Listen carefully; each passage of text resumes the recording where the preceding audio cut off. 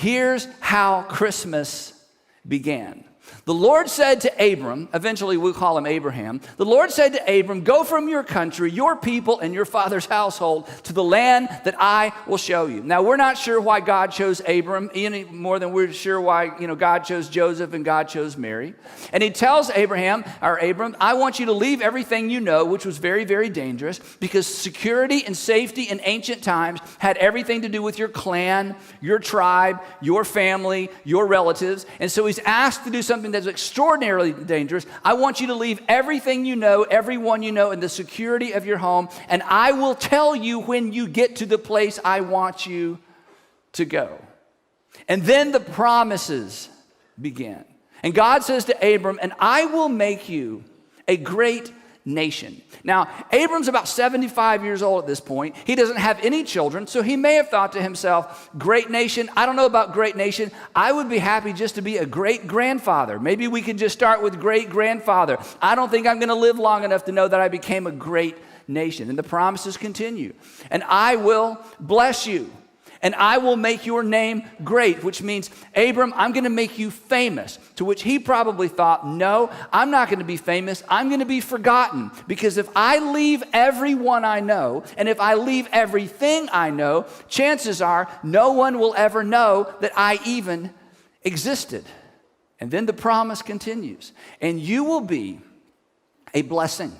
Now, this is when, within the cultural context of these ancient times, this didn't even make any sense. Because this was a time of extraordinary violence. In fact, one of the things that kind of, bugs you a little bit if you read the Old Testament is all the violence and all the bloodshed. People weren't in the habit of blessing anybody other than their family. And yet God says to Abram that you are going to be a blessing. And he says, and I'm telling you, nothing's going to get in the way of this happening, because I will bless those, you may have heard this before, I will bless those who bless you, and whoever curses you, I will curse. In other words, Abram, I'm going to be a part of your story, and I'm going to be a part of the people who follow you story. I'm going to be a part of your children's story, your children's story. I'm going to be a part of this story until this story is completed, and nothing is going to stop it.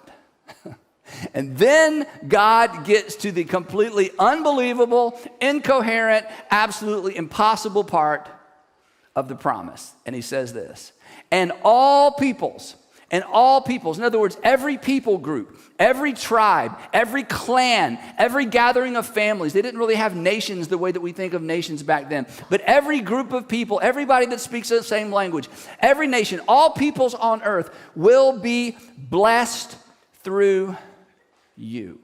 That is, every single person on the earth will ultimately and eventually be impacted by your life, Abram. Everybody on the planet is somehow going to know your name and is going to be touched indirectly through what I'm about to do through you. Now, the thing that was so strange about this is in this culture, peoples did not bless peoples. And nations did not bless nations. Nations conquered each other, nations enslaved each other, and nations plundered each other. But nations didn't bless nations, tribes didn't bless tribes, clans didn't bless clans. This made absolutely no sense in that culture. And yet Genesis tells us that Abraham chose to believe the unbelievable. That he said to God, I don't know how this can possibly work. I don't have any children. I won't be around to see whether or not I become a nation. But because this is the promise you've made me, Abraham chose to believe this unbelievable, incoherent, literally impossible to fulfill promise. Now, if you grew up in church, or if you're Jewish, or if you know anything about the Old Testament, you know that eventually Abraham and Sarah did have a son. His name was Isaac. And Isaac had a son. In fact, we'll put their whole family tree up here. Abraham had Isaac, and Isaac had a son named Jacob. In fact, Isaac had two sons, Esau and Jacob. Esau was the oldest son. Esau's name should be up here, except Jacob was sneaky. In fact, there is so much family dysfunction and so much chaos. You should read this part of the Bible. It will make you feel better about your children and your grandchildren and even your parents and even your adolescents, okay? It was unbelievable because Jacob stole the right from his older brother to have the blessing of the older brother. If he hadn't, we'd have the name Esau up here instead of Jacob. Abraham lied about his wife. Imagine this, ladies. You know, they get to Egypt, and Abraham's afraid that Pharaoh's going to want to put Sarah in his harem and kill him, kill the husband, steal the wife. And so Abraham says, hey, let's just tell everybody you're my sister. This is the guy that God chose to bless the entire world. There's so much dysfunction. There's so much chaos. Well, eventually, Jacob has 12 sons. And 10 of these sons don't like their brother Joseph. And you remember this story. So they decide to throw Joseph in a well. And they're trying to decide, do we kill him or sell him? Do we kill him or do we sell him? And you think, you have some sibling issues in your family. Do we kill him or do we sell him? And they decided, we don't profit if we kill him, so let's sell him. So they sell Joseph. He ends up in Egypt. And consequently, the entire family, all of these children, all of their, all these kids and all their families, they eventually migrate to Egypt, where they do, in fact, become, as God promised, a nation. But they become a nation of slaves. And for several hundred years, the people who came from Abraham, that God was supposed to bless the world through, live in Egypt as slaves, a slave nation, not feeling very blessed, and certainly not in a position to bless anybody else. And after hundreds of years, and this is the part we can't imagine, because the story, the promise of Abraham was known to these people. Father Abraham, perhaps they talked about. God promised Abraham we would be a nation. Now we're a nation. And the kids are like, yeah, but we're a nation of slaves. And God has promised to bless the whole world through Abraham and through this nation. They're looking at each other thinking, well, that part of the promise can't possibly come true. And then God sent a deliverer, Moses. And without telling you the whole story, perhaps you know enough to know that by the time Moses got finished with Pharaoh, and by the time Moses got finished with Egypt, nobody in Egypt was feeling very blessed by the descendants of Abraham. And then they make their way across the Red Sea, and they make their way into the promised land, into Canaan, into the land of Canaan. And the inhabitants of the Canaanites that lived in that part of the world, they weren't feeling very blessed by the presence of Abraham's descendants either. Again, you read those parts of the Old Testament, and there's so much violence, and there's so much bloodshed. And at times it's so offensive, you think, how in the world could this be part of the story of God? And the short answer is, what offends us was so normal to them. And one of the reasons we are so offended by all the violence in the Old Testament is this: we are on the other side of Christmas. We see the world in a completely different way, but this was part of the journey, and this was part of the story as God unfolded the story of Christmas to fulfill his promise to Abram. So about 1,000 years go by after God made the promise to Abraham. And Abraham became a family, the family became a nation, and ultimately the nation became a kingdom. We know it as the kingdom of Israel. And under King David, there were peace treaties made with all the surrounding nations around this part of the world. And because David was the warrior king, he settled all the disputes. And suddenly, for the first time, the nation of Israel, the descendants of Abraham, are in a position to do something significant in the world. David is followed by his son Solomon. Solomon was extraordinarily wise. Solomon was the builder king. And Solomon just expanded the reach of the nation to such a degree that people from all over the world would come to see the wonders of Solomon's construction and to listen to his wisdom and to sit at his feet. And for the first time, it looked like Israel may be in a position to be a blessing to the rest of the world. They were wealthy and they were influential. But instead of blessing the world, Solomon chose to marry the daughters of the foreign nations and the surrounding nations. And not only did he marry their daughters, Solomon chose to worship their gods as well. And so as a response, God actually kept a promise, but not his promise to Abraham. God kept his promise to Solomon because he had warned Solomon, if you forsake me and if you go after other gods, I will divide the nation and I will tear down the temple that you built in my name. And sure enough, after Solomon died, the nation was divided. The kingdom of Israel was divided. Opportunity lost. In fact, they would never have an opportunity like that again to be a blessing to the surrounding nations. As a result of the nation splitting, there was a divided economy. There was a divided military. For the next 200 or 300 years, there was chaos in both kingdoms. And after about 300 years, the northern kingdom was invaded by Assyria. And if you read this in the scriptures, they refer to the scripture writers refer to the northern kingdom as Israel. So the northern kingdom is invaded by Assyria. Assyria carts off all the leading citizens and spreads them out all over the Assyrian empire and imports a lot of other people. And essentially, the northern kingdom no longer exists. This is 300 years later. Then the southern kingdom, which is known as Judah, if you read the story in the Old Testament, Judah is on the verge of implosion, and Judah is on the verge of invasion as well. Israel can't even bless herself. Israel can't even take care of herself, much less anyone else. And in the midst of all of this chaos, as Judah, prepares to be invaded by Assyria, as Judah watches the world around them change, they have no position of strength, no position of authority in the world. Right in the midst of that, God sends a prophet, the prophet Isaiah, to speak to the people. And he writes down his prophecy, and once again, this prophecy was preserved and has been preserved to where we have it as part of our English Bibles.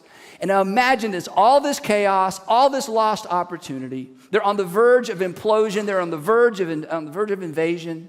And God speaks through Isaiah, and here's what he says to the nation. I will also make you a light for the Gentiles. I'm going to do something through you, Israel, so that all the Gentiles, all the non-Jewish people look in your direction, and you are going to be a light to the rest of the world. And they're thinking to themselves, they had to think to themselves when they heard this prophecy, that's a joke. We're not going to be a light. We can't even light up our own lives. We can't even light up our own world. Nobody is attracted to this part of the world. For the Gentiles, that my salvation may reach to the ends of the earth. Salvation, you're kidding. We can't even save ourselves. How in the world are we going to be a part of salvation as it relates to any other nation, any other family, any other people group? And soon after this prophecy, you're going to be a light to the Gentiles. You're going to bring salvation to the nations. Soon after that, sure enough, the Assyrians did invade. And consequently, the southern kingdom, Judah, became a vassal state to the Assyrian Empire. Another 300 years of chaos go by. The Babylonians under Nebuchadnezzar come to the city, tear down parts of the walls, destroyed the city. The whole city was sacked. The temple, Solomon's temple, was destroyed just like God said it would ultimately be destroyed. The best and the brightest, the royal citizens, the most important citizens of the country are carted off into captivity. The economy is in complete shambles. There is no military. The military was completely decimated. And right in the midst of this chaos over these next 300 years, God sends another prophet, the prophet Malachi. And his words, again, as we read them, they're just impossible. I mean, when people heard these prophecies, they must have thought, you're just trying to encourage us. I mean, it's like talking to your son or your daughter after they fail, and you're trying to find anything you can to say to prop them up, and hey, it's going to work out, and better luck next time, and you can do whatever you set your mind to, and all those things parents say to their kids, and the back of their minds they're thinking, I hope so, I hope so. That's what these prophecies sounded like. I mean, there was no traction. There was no reason in the world to believe any of this, as they certainly couldn't believe that it was coming from the mouth of God. Here's what God said to the nation during this difficult time through the prophet Malachi. My name, he says, my name, talking about the name of the Lord, my name will be great among the nations. To which they thought, no, it won't. Your name is being mocked among the nations. Your name is a joke among the nations. Nobody looks at us and think, oh, I want to worship their God. Our God, from the standpoint of the other nations, our God is pathetic. Our God can't take care of his own people. There is no way in the world that your name is going to be great among the nations. We can't feed ourselves. We can't protect ourselves. So come on, let's stop with all the empty promises. Let's stop with all the hype. The truth is, we are never, ever going to be a blessing to any other nation. And the name of our God is not going to be made known throughout the nations. Maybe the name of Zeus will be great. And if they'd known, they would have said, and buckle your seatbelt, because Alexander the Great is about to unify all the Greek city-states, and he's about to essentially become the king of Greece and ultimately the king of all the other surrounding major nations and influencers in the world. The name of Alexander the Great is certainly going to be great, but not the name of our God. But he wasn't finished. Malachi said this, my name will be great among the nations from where the sun rises to where it sets. In other words, my name, God says, will be known throughout the world. And he goes on, he says this, in every place, incense and pure offerings will be brought to me. Essentially, what this meant was anywhere people were worshiping, any place in the world people were worshiping, there would be a group that recognizes me. In every place, incense and pure offerings will be brought to me because my name will be great among the nations, says the Lord Almighty. The people of Judah couldn't hear that. They couldn't listen. How could they? They'd already been overrun by Assyria, Babylon, Persia, and now the Greeks were coming. And then to add insult to injury, in 63 BC, Rome sent Pompey, who we would know in history as Pompey the Great, to the area of Judah and Galilee. He would conquer village after village, town after town, and would eventually end up outside the walls of Jerusalem. He would breach the walls, conquer the city, annex that whole area into the Republic of Rome. Tradition tells us that when Pompey was inside the city, he actually rode his horse up potentially the southern steps onto the Temple Mount, which was an extraordinary offense to all the Jews, slaughtered many of the priests, got off of his horse, walked right into the temple building, and walked right into what he would have considered the temple or the God vault. Every temple in the pagan world had a God vault. We know it if you grew up in church as the Holy of Holies, the place where a people would keep their idol, would keep their representation of their God. And on festival days and on certain times of the year, they would roll their idol out and worship their idol. And so Pompey apparently wanted to see this great God that the Jews fought so, valiantly for to defend. I mean, what's up with this Jewish God? He walks into the Holy of Holies, tears open the curtain or pulls open the curtain, and the whole room is empty. Because the Jews had no idol. The Jews had no image. The Jews had nothing to worship. And from a Roman perspective, what a pathetic religion. What a silly little religion this is. And so began the occupation, the Roman occupation of what we would call the Holy Land, Judah, Judea, Galilee, that whole world. So in fact, God was partially correct. The descendants of Abraham would in fact become a nation. But this unbelievable, incoherent, impossible promise would end there. Because all the nations of the world, all the nations would not be blessed through Abraham. Israel would not, there's no way Israel would ever become a light to the non-Jewish people, the Gentiles. And the Jewish God would certainly not be worshiped throughout the world. Maybe Jupiter, but not Yahweh. Because nobody's interested in a God who can't take care of his own people. And that's what makes the story of Christmas so remarkable.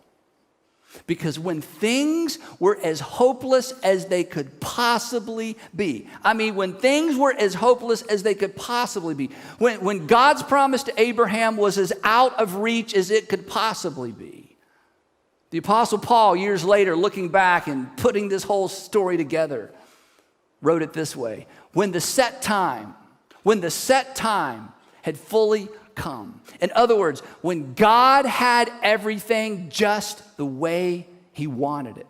An expanding empire, exporting a common Greek and Roman culture and a common language. A highway system that was unlike anything the world had ever known. A port system unlike anything the world had ever known. A port system that connected all the major population hubs all around the Mediterranean rim. The peace of Rome, where peace had been made between nations that had been warring for generations and tribes that had been warring for generations. When at last there was a mechanism, when at last there was a way for God to actually get the undivided attention of the world and to export the message that was to ultimately bless every nation on the planet. When things were just the way God wanted them, when everyone had lost hope and no one was even beginning to dream that God would fulfill his unbelievable, incoherent, impossible promise to Abraham. When nobody was expecting it. God sent the angel Gabriel to Nazareth, a town in Galilee, to a virgin pledged to be married to a man named Joseph, a descendant of King David. And the virgin's name was, and you know what? Everybody in the world knows the virgin's name, don't they? How did that happen? Today, in this month, all over the world, people are going to tell this story. And they know who Mary is. How could that happen?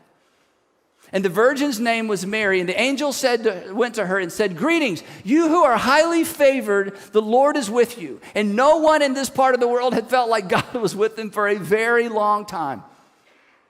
And you have found favor with God, and you will conceive and give birth to a son, and you are to call him Jesus. And he will be great and will be called the Son of the Most High. The Lord will give him the throne of his father David, and he will reign over Jacob's descendants forever. And then here's the clincher. And again, just like God's promise to Abraham, this for Mary could have probably made absolutely no sense. And his kingdom will never end. So in the end, God kept his complete promise to Abraham. In the end, God did exactly what he promised Abraham, that through Abraham, every single nation in the world would be blessed through him.